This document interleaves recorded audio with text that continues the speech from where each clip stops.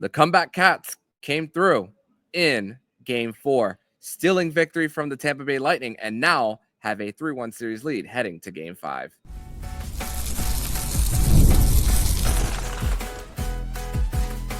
You're Locked On Panthers, your daily podcast on the Florida Panthers. Part of the Locked On Podcast Network, your team every day. And welcome into this Tuesday, April 29th edition of the Locked On Florida Panthers podcast, part of the Locked On Podcast Network, where it is your team every day. Thank you for making the Locked On Florida Panthers podcast your first listen of the day. I'm Armando Velez from the Hockey News. You can follow me on X at MondoMan12. Follow the show account on X and Instagram at LO_FLA Panthers and on Blue Sky at LOFLA Panthers. You can follow the podcast anywhere you listen to podcasts and on YouTube. And if you are on the YouTube channel, make sure to subscribe and press that like button down below. And shout out to the everydayers who come back here and get your daily Florida Panthers fix. Today's episode is brought to you by Amazon Fire TV Stick 4K. Turn any TV into your Xbox. No console needed. Head to Amazon.com/Fire TV Locked On to learn more. So, Florida Panther fans, how do you feel? I had to breathe in, breathe out, exhale, because the Florida Panthers truly stole that game from the Tampa Bay Lightning after going into the third period, trailing and having to kill off a 5-minute major from Niko Mikkola being sent out of the game due to a major and a game misconduct for boarding Zemus Girgensons, and Panthers having to kill it off. And just like how the Tampa Bay Lightning scored 2 goals in 11 seconds in the second period, just 3 minutes after the Florida Panthers scored, it was the Panthers that found a way through to score the 2 goals in 11 seconds and then capped it off with an empty net goal by Carter Verhaeghe to defeat the Tampa Bay Lightning by a final score of 4-2. And I am here at Amerant Bank Arena post game and still in huge disbelief that the Florida Panthers pulled out this victory to now be 1 win away from advancing to round 2. And here to break down this 4-2 win for the Florida Panthers, a comeback Cats edition post-game show of the Locked On Florida Panthers podcast. He is, and I'll introduce it like this. Will the real Florida Panthers historian please stand up? Francisco Oporta. Welcome back to the show, my friend. Yeah, Armando. What a game. What a series so far. Incredibly competitive. Great crowds, especially the crowd from Sunrise. You know, there was some talk about the crowd from Sunrise arriving late and stuff like that from certain reporters out there from Tampa. But, you know, the crowd of 19,551 really showed up today, which was, you know, just a little bit less than the crowd of 19,704 that showed up for Game 1 of the 2023 wildcard series for the Tampa Bay Rays. I mean, in a building that seats 45,369. So, you know, Tampa fans surely show up for playoff games, correct? Am I right about that, Armando? Because, you know, they would have sold out those playoff games, really important games that you want your team to win to maybe have a chance at a championship. You know, Sunrise crowd maybe showing up. Not yet there, but, you know, once the national anthem starts, it was, you know, the barn was full. So that's certainly comparable to, you know, Rays and the Tampa area in general showing up to their playoff games. Maybe not leaving early like in Game 1 of this series. I don't know. And coming straight with that fire here on the Locked On Florida Panthers podcast as, just an incredible game, an incredible atmosphere, and then the tone set by Jonnu Smith, FIU alum and Miami Dolphins tight end, banging the drum prior to this game.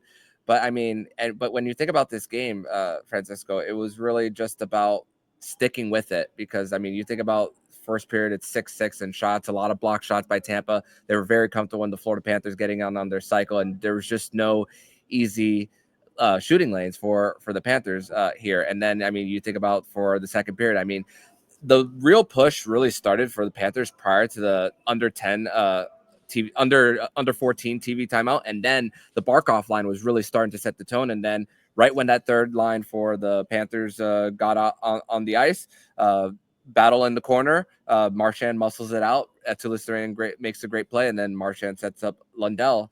And I mean, you think about for how much, and the thing is for the Panthers, I mean, during that moment, when the Lightning scored those 2 straight goals, that was shortly after the big hit from Aaron Ekblad on Brandon Hagel, which we'll talk about a little later. I mean, you think about how quickly the Tampa Bay Lightning were able to get in the zone for them, winning a board battle just like the Panthers did on the other end, and then another one where they worked it around and then set up Eric Chernak for them. And you think about, man, the Panthers were just starting to do everything right, and then just a few blunders for them and just a few misreads resulted in goals for Tampa Bay. I mean, it felt like air was coming out of a balloon when that happened. How did you process those 2 quick goals by Tampa Bay?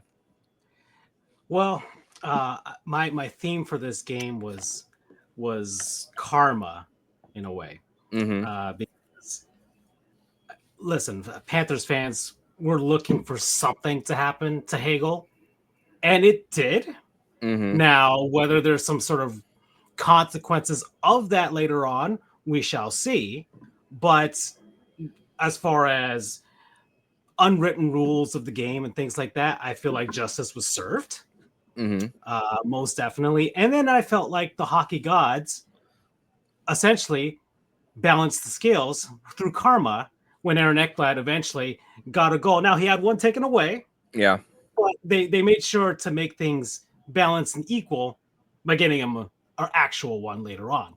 So I feel like that the way things rolled with this game, it ended up being the way it should have ended, right? Things eventually canceled out and evened out, and then the actual victor of the game did come out on top. But it did get scary when it did get there, and I was seething because I was trying to picture a way that they could still get through. Now, they were still only a goal down, and the building had a little bit of that air come out of them. But I felt like starting that third period, the Panthers, I guess the other theme of this game is something that Brad Marchand talked about in his post-game press conference: belief. And it's a dangerous thing, and they had it. And especially that third line, because they're the ones that stirred the drink in this one. Yeah, somewhere in there is a Ted Lasso quote in there for this game. But I mean, you think about how the Panthers, it was the depth scoring for the Lightning that got it for them, and the Panthers were still able to just take away the Gensels, the points, the Kucherovs. They've negated Tampa's big name guys and have left it to the rest of their depth scorers. Now, the Lightning have sort of done the same with the Panthers thus far. Yeah. And it came from other guys. A lot of guys, I think every single guy in the Panthers that scored today had their first goal of the series in this game. So you saw it through the Panthers as well. And it just shows the competitiveness of these two teams, where we're essentially looking at what in any other year would be an Eastern Conference final matchup, but in the first round. Yeah. And that goes back to just the conversation that a lot of people were having prior to this series, is that the top 6 is going to find a way to equal itself out. And then you're going to see which team's depth is going to get there. And then how big was that kill for the Panthers? Just the 5 minutes for them at the beginning, just 19 seconds into the period, and then capping it off with drawing their own penalty of their own when Braden Point high sticks Eetu Luostarinen. Yeah, we spoke about the power play goal that was taken away, which it was offside by Sam Bennett, like half a foot. Like Reese also agreed. It kind of gave me some flashbacks to Game 6, where Reinhart was offside on a goal for the Panthers, but also the Panthers, even in the period for them, I mean, they had one shot through 12 minutes in right before the second TV timeout for them, and even for the Panthers, when they were dumping it, Vasilevsky was stopping to dump it and playing it. I feel like they were just trying to get in on get in on the forecheck on Vasilevsky to try to get him out and to try to for like an open net situation, but he was denying the Panthers quite a bit when the Panthers were trying to dump for them. So it wasn't easy entries for the Panthers. And then really it was after the timeout, which Barkov got an immediate shot after. I know it was from the point as soon as they entered the zone, but that was kind of the start of things changing. And then Aaron Ekblad's goal, the one that actually did count, that's their third goal of the series after an icing. And how the Panthers put the pressure on, hugged the blue line, especially people are going to talk about the goal by Aaron Ekblad, but people don't talk about the keep in for him to get a hand on the glove, put it back down, and then get it back high to low for him, and to get that goal after the rebound opportunity, and then the race to the puck on the third one. That's when I post the replays of the goals. I usually give a nice buffer of about 10 seconds or so we can see how that play actually transpired beforehand, because a lot of the dirty work happens before. I mean, Anton Lundell's goal, you can say the same thing. The way that Brad Marchand was working to get there. So a lot of what happens before, and it goes to the identity of the Panthers, the grit and grind, fighting along the boards, trying to chip things away, do the dump and chase, that type of thing. All of that eventually does equal success with the goals themselves, but you have to see it, because this team is not about that game one putting up 6 goals. That is not their game whatsoever. No. Anybody who thought this series was going to be that was sadly mistaken. This is Panthers hockey. We saw it last year. We saw it in 2023. And it's just going to be this. We're all going to have physicals after this and get some prescription meds. But if it ends up with a cup parade again, then I think we'll be fine. Yeah, with some ice bags along with it for them. But we are going to transition over to segment number 2, where we are going to discuss our 3 stars of the game and the moment where we knew the game was won. We're going to discuss that all next here on the Locked On Florida Panthers podcast. Today's episode is brought to you by Game Time.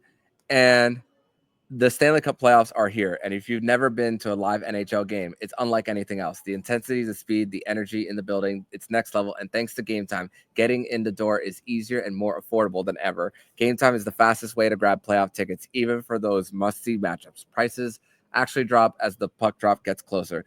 And with last-minute deals, you can save up to 60%.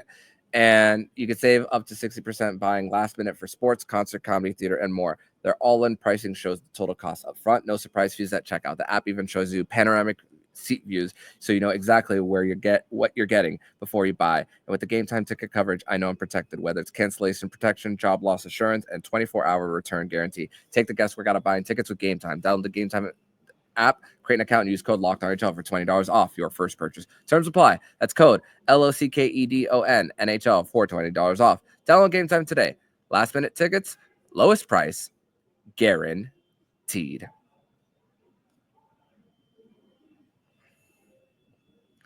Segment number 2 here on this Tuesday, April 29th edition of the Locked On Florida Panthers podcast. Thank you once again for making the Locked On Florida Panthers podcast your first listen of the day. Here with Florida Panthers historian Francisco Oporta here for the show. And it's 11:01 p.m. still, even though this will drop on Tuesday. But we have a little bit of Panthers history. 2 years ago today, the Panthers defeated the Boston Bruins by a final score of 7-5. Two big goals for the Panthers here in that game. Zach Dalpe, Eetu Luostarinen, two big ones. Remember the Steve Goldstein quote, Zach Dalpe, I want to give you a hug. 2 years to the day of that game, Francisco. So and it was another comeback for the Panthers. So crazy how the world works, my friend. But you have a comment on that? I mean, well, at the very least, we're no longer underdogs in any series at this point. That was, gosh, man, that 2023 first round series was. There were so much great things that happened along the way. It's still such a blur that it even happened.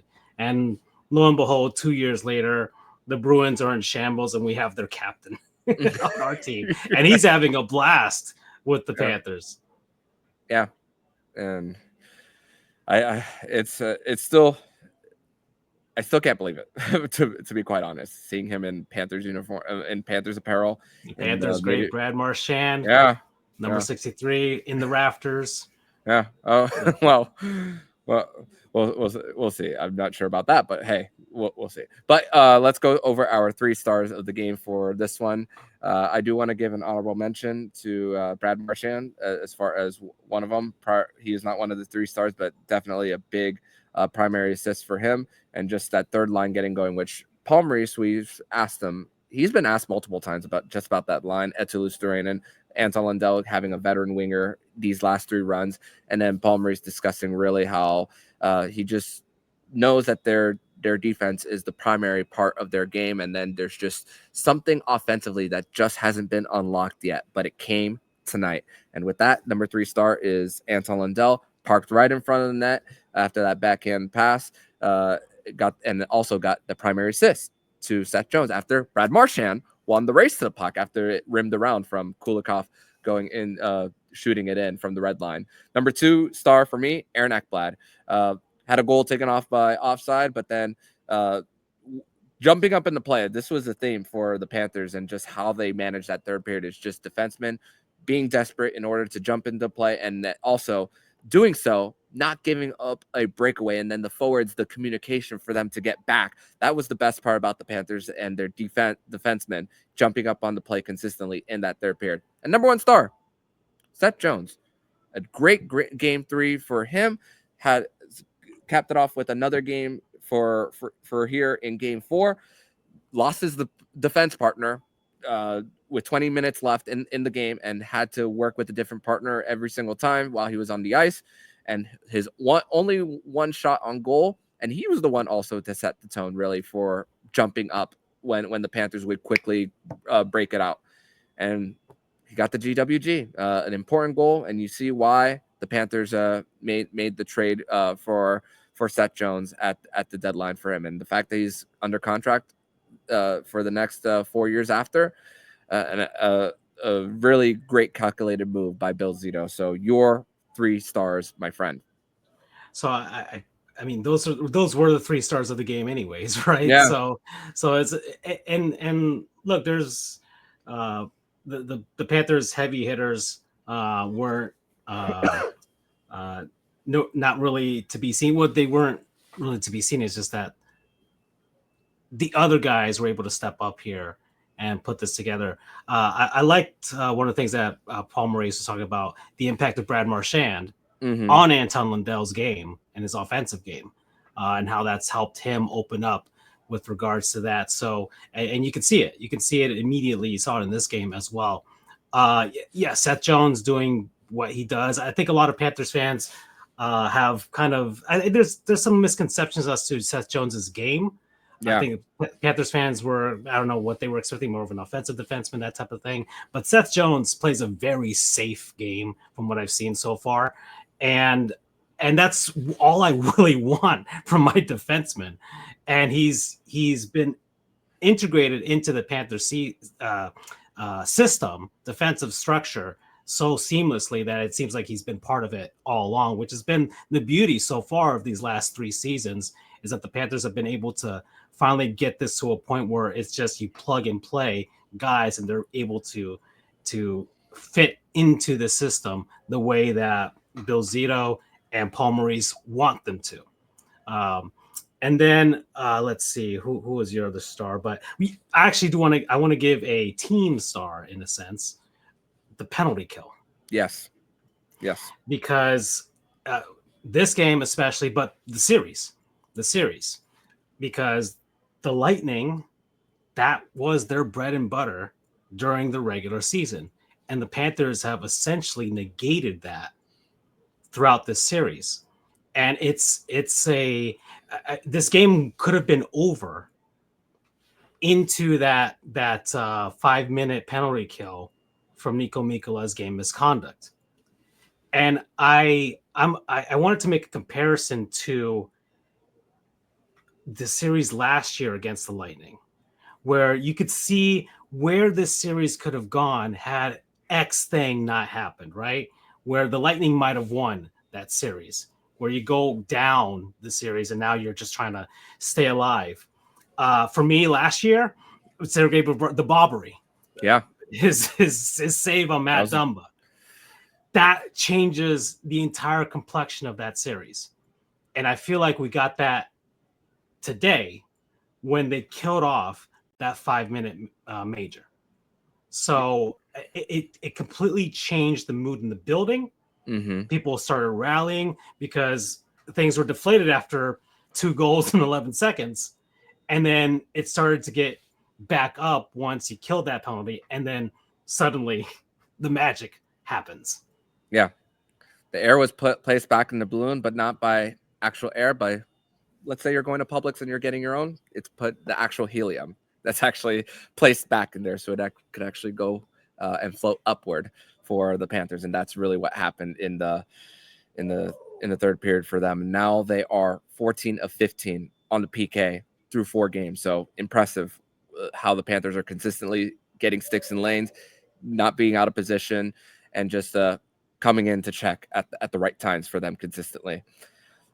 The moment where you knew the game was won, it's funny because the moment where, if the Panthers dropped this, the moment where the game was lost, I would have said that 5-minute major for Niko Mikkola. But hey, thankfully it didn't.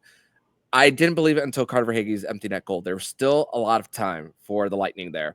And incredible. 2 goals in 11 seconds, both teams.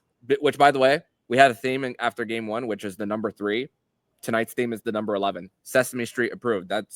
So you could put that in an episode of Sesame Street for them. But for me, it was Carter Verhaeghe's empty net goal because I still was in disbelief. It's like that old Stephen A. Smith and Michael Wilbon meme where they're like this, staring. That shot went viral for quite a bit on X for them. So that was literally my reaction when I saw how quickly the Panthers were able to respond when it didn't look like they were going to for me. So how about your moment? Yeah, I mean this game, it had to have been at the end because we didn't even know what was gonna like midway through the third, and we don't even know what's gonna be happening with this. It looked like Andrei Vasilevskiy was going to just shut it completely down, but I don't know, something happened. Magic happened. The Panthers were able to chip away. Ekblad gets that goal. And I had the same feeling as you because it's like, okay, they got that. Then they got the other goal, the third goal, Seth Jones's goal. And then even then, after that, the Lightning did play with some pick-me-up there. Got to the Panthers' end as well. And it's just like, oh, there's a lot of time here to work with. And it wasn't until the empty netter that it felt like it was finally over. And then they pan the wide shot of the crowd, and then you see John Cooper's completely dumbfounded face just staring into the abyss, trying to figure out what the heck just happened. Yeah, and like you said, Vasilevskiy looked like he was just nothing was going to get by him. And then even on the other side for Sergei Bobrovsky, before they scored the second one, I mean, you saw times where Bob might have been freaking out in his net a little bit, and there was just this one outstanding save from him on Guentzel where he stretched the leg out, and then after the Kachuk line was trying to bait Guentzel into a penalty, but they didn't get that for them. So that's another thing which we'll speak a little bit about John Cooper in segment number 3 because we are going to discuss in segment number 3 our thoughts on the Panthers' physicality and will they face any discipline, and also the feeling that we both and probably the fan base have about the Panthers, and truly the feeling was after they won this game. We'll discuss that next here on the Locked On Florida Panthers podcast. Today's episode is brought to you by FanDuel, and the NBA playoffs are here, and FanDuel is giving new customers an incredible way to get in on the action. Right now, when you join FanDuel, you can place your first $5 bets. You'll get $250 in bonus bets if your first bet wins. I love how FanDuel makes betting so easy, whether it's picking my favorite team or diving into player props. From three-pointers, steals, assists, FanDuel has so many ways to bet your favorite player props. Plus, after the game tips off, you can even combine live prop bets into a same-game parlay for a chance to win big. Don't miss out. Head to FanDuel.com and claim your $250 in bonus bets today. Once again, you could do that all on FanDuel.com. Segment 3 here on this Tuesday, April 29th edition of the Locked On Florida Panthers podcast. Thank you once again for making the Locked On Florida Panthers podcast your first listen of the day here on a Tuesday after the Florida Panthers defeat the Tampa Bay Lightning by the final score of 4-2 in Game 4 to take a 3-1 series lead heading back to Tampa for Game 5. So, Francisco, we discussed this pre-recording, how although, yes, you compared the penalty kill to the bobbery last year for the Panthers, this game, my feeling was the Panthers didn't win the series in this game, but they prevented themselves from losing the series in this game, knowing that the home team had not won until tonight, and then thinking what could possibly happen after had they not gotten the win with, and I'm going to set you up for this, what happened in the second period with Aaron Ekblad putting the high hit on Jake Gensel, going for a forearm up to the possibly neck area. I couldn't tell by the angle necessarily. And then a very silly penalty by Niko Mikkola. And the moment that he laid that hit with Girgensons on his knees and just already giving him a check and then delivering a second one, the Panthers went from beating themselves to pulling out a miracle. And the Panthers, it feels like, yes, it's the Florida Panthers. It's cats. Cats have multiple lives, but it felt like they gained a life just in this one after this win. Well, I mean, that's been the theme of this series as well. It's unfortunate that it seems to be the theme of the series as to what hits are clean and which ones are not. And look, I feel like, once again, I'd spoken about it earlier, that I feel like karma was served in some sort of way, some sort of fashion.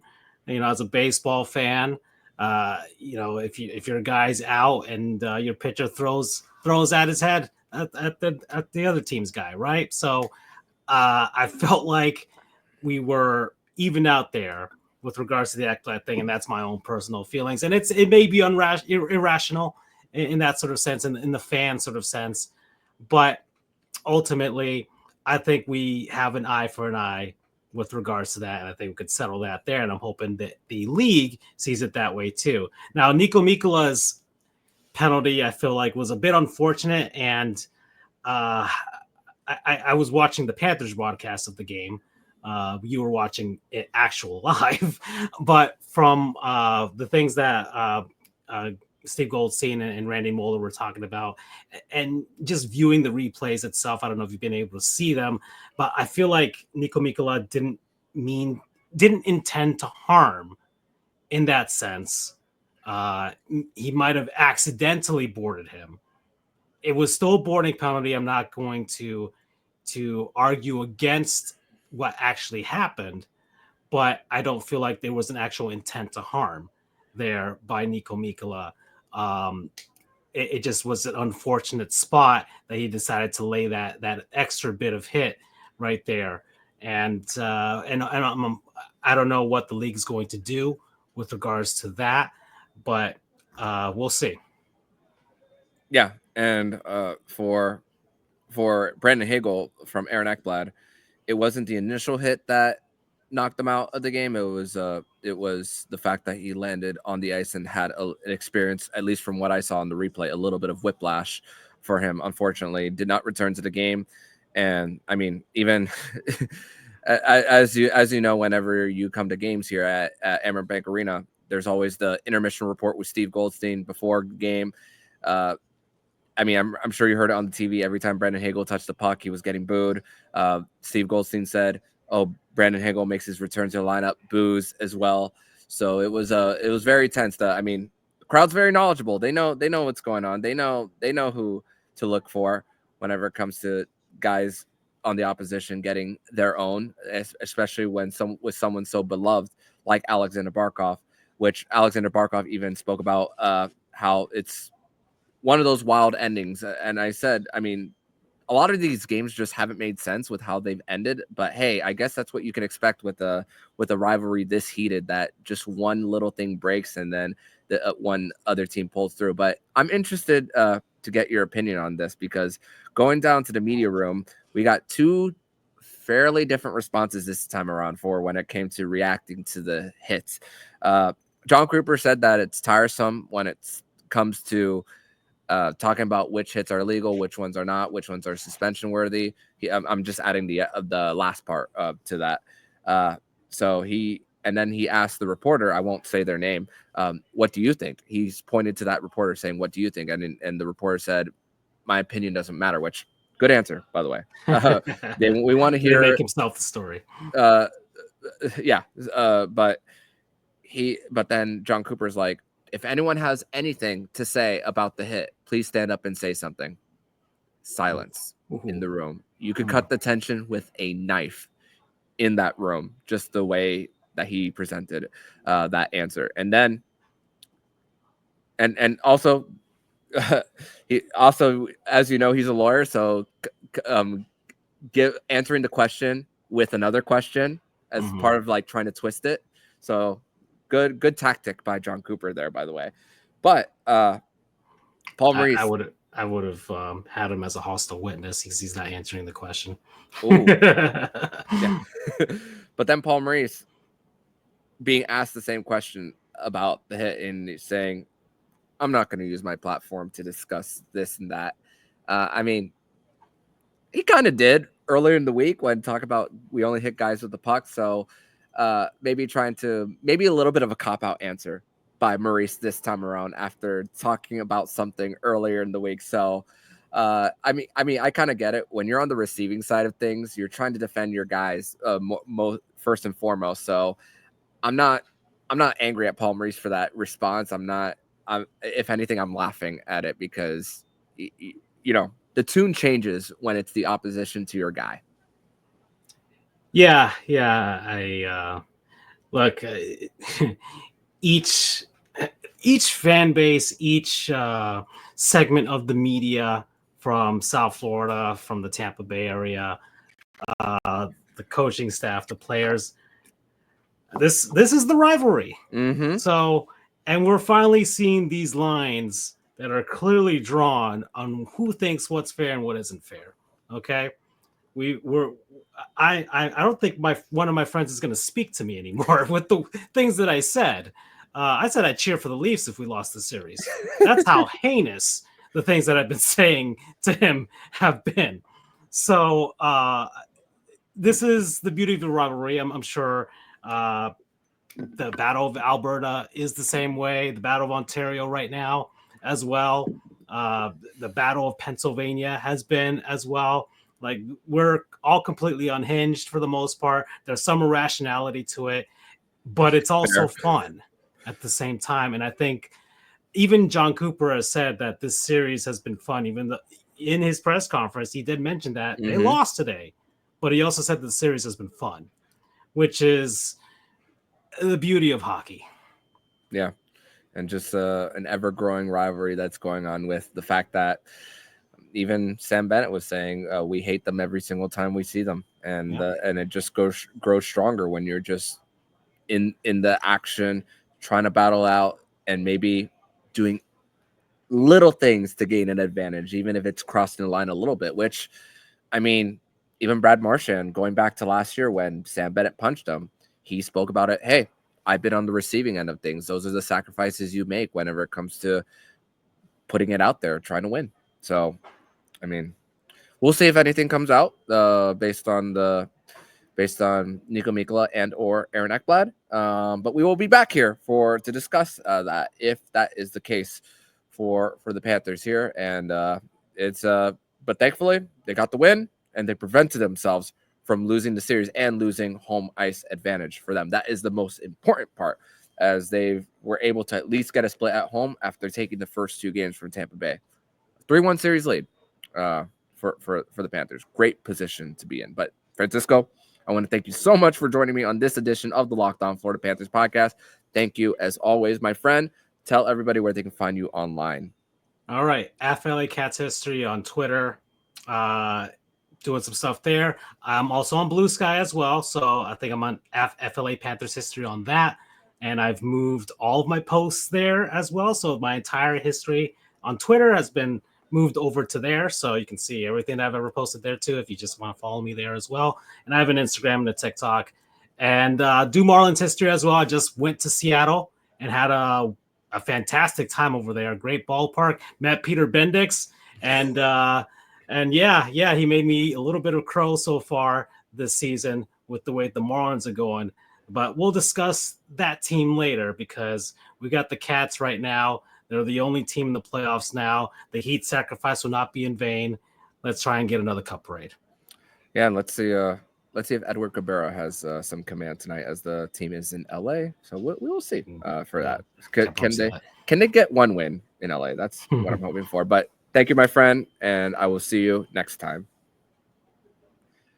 And if you like what you're hearing, please subscribe to the podcast to be notified every single time the Locked On Florida Panthers podcast jumps into your podcast feed. Don't forget to also subscribe to the other shows on the Locked On NHL network, including Locked On NHL, Locked On Fantasy Hockey, Flip Livingstone, and Stu Roden, and Locked On NHL Prospects. Thank you once again for making the Locked On Florida Panthers podcast your first listen of the day.